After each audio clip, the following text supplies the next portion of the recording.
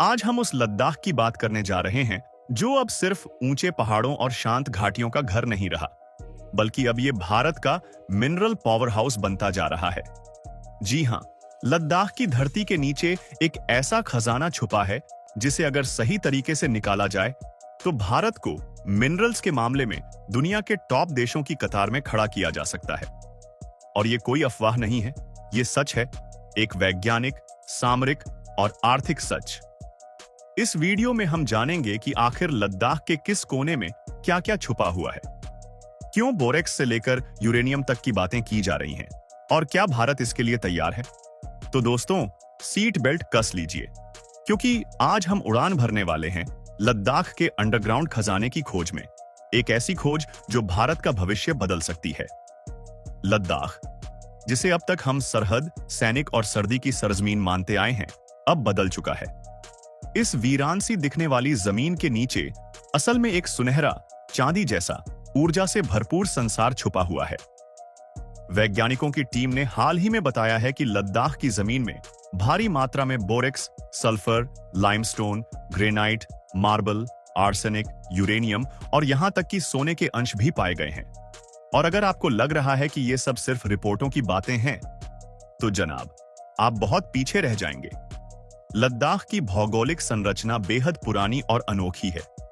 करोड़ों साल पहले ये इलाका समुद्र के नीचे था, फिर आए हिमालय के टेक्टोनिक मूवमेंट्स और इस जमीन ने बदल दिया अपना रूप। इसी बदलाव ने यहां की चट्टानों के भीतर जमा कर दिए कीमती खनिज, यानी ऊपर से वीरान पर नीचे से बहुमूल्य।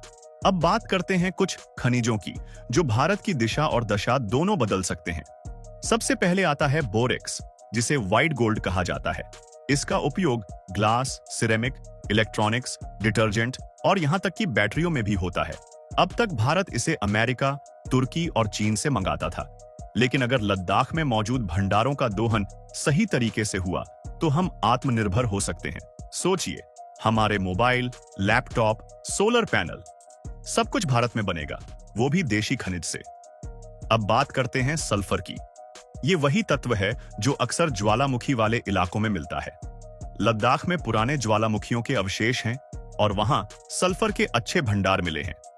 सल्फर का इस्तेमाल दवाइयों, रासायनिक खाद, केमिकल इंडस्ट्री और यहां तक कि मिलिट्री के कुछ गोला बारूद में भी होता है।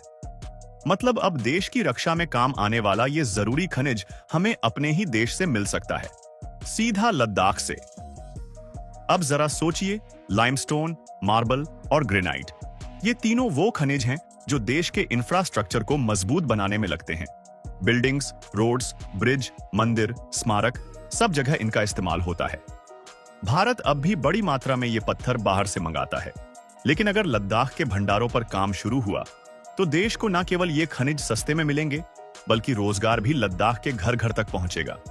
और अब आते हैं असली बम पर, यूरेनियम। जी हां, यूरेनियम, वो खनिज जिससे न्यूक्लियर पावर जनरेट होती है, और न्यूक्लियर बम भी। अगर लद्दाख में मिले यूरेनियम के संकेत सही निकले तो भारत की न्यूक्लियर एनर्जी इंडस्ट्री को जबरदस्त बूस्ट मिलेगा। आज भारत के पास खुद के यूरेनियम रिजर्व सीमित हैं, लेकिन अगर लद्दाख में इसका दोहन शुरू हुआ तो हम अपने न्यूक्लियर रिएक्टरों को लंबे समय तक बिना बाहरी सप्लाई के चला सकते हैं। इसी के साथ आर्सेनिक ओर्स की भी बात हो रही है, जो इलेक्ट्रॉनिक्स और केमिकल इंडस्ट्री में काम आता है। इससे हाईटेक इंडस्ट्री को मजबूत किया जा सकता है और भारत को चिप्स और माइक्रो प्रोसेसर निर्माण में फायदा हो सकता है। लेकिन रुकिए, अभी कहानी खत्म नहीं हुई। कुछ रिपोर्ट्स में सोने के कण मिलने की भी बात सामने आई है। हालांकि ये अभी प्रारंभिक स्तर पर है, लेकिन अगर लद्दाख में सही मात्रा में सोना मिला तो भारत की गोल्ड इंपोर्ट बिल में कटौती हो सकती है। और हम सब जानते हैं कि भारत दुनिया में सोने का सबसे बड़ा उपभोक्ता है। ऐसे में लद्दाख की ये खोज अर्थव्यवस्था के लिए क्रांतिकारी हो सकती है। लद्दाख अब एक नया इतिहास लिखने वाला है, न सिर्फ भारत के नक्शे में, बल्कि विश्व की माइनिंग और टेक्नोलॉजी की दुनिया में। अगर आपको ये जानकारी रोचक लगी तो इस वीडियो को जरूर लाइक कीजिए, और हां, हमारे चैनल को सब्सक्राइब करना मत भूलिए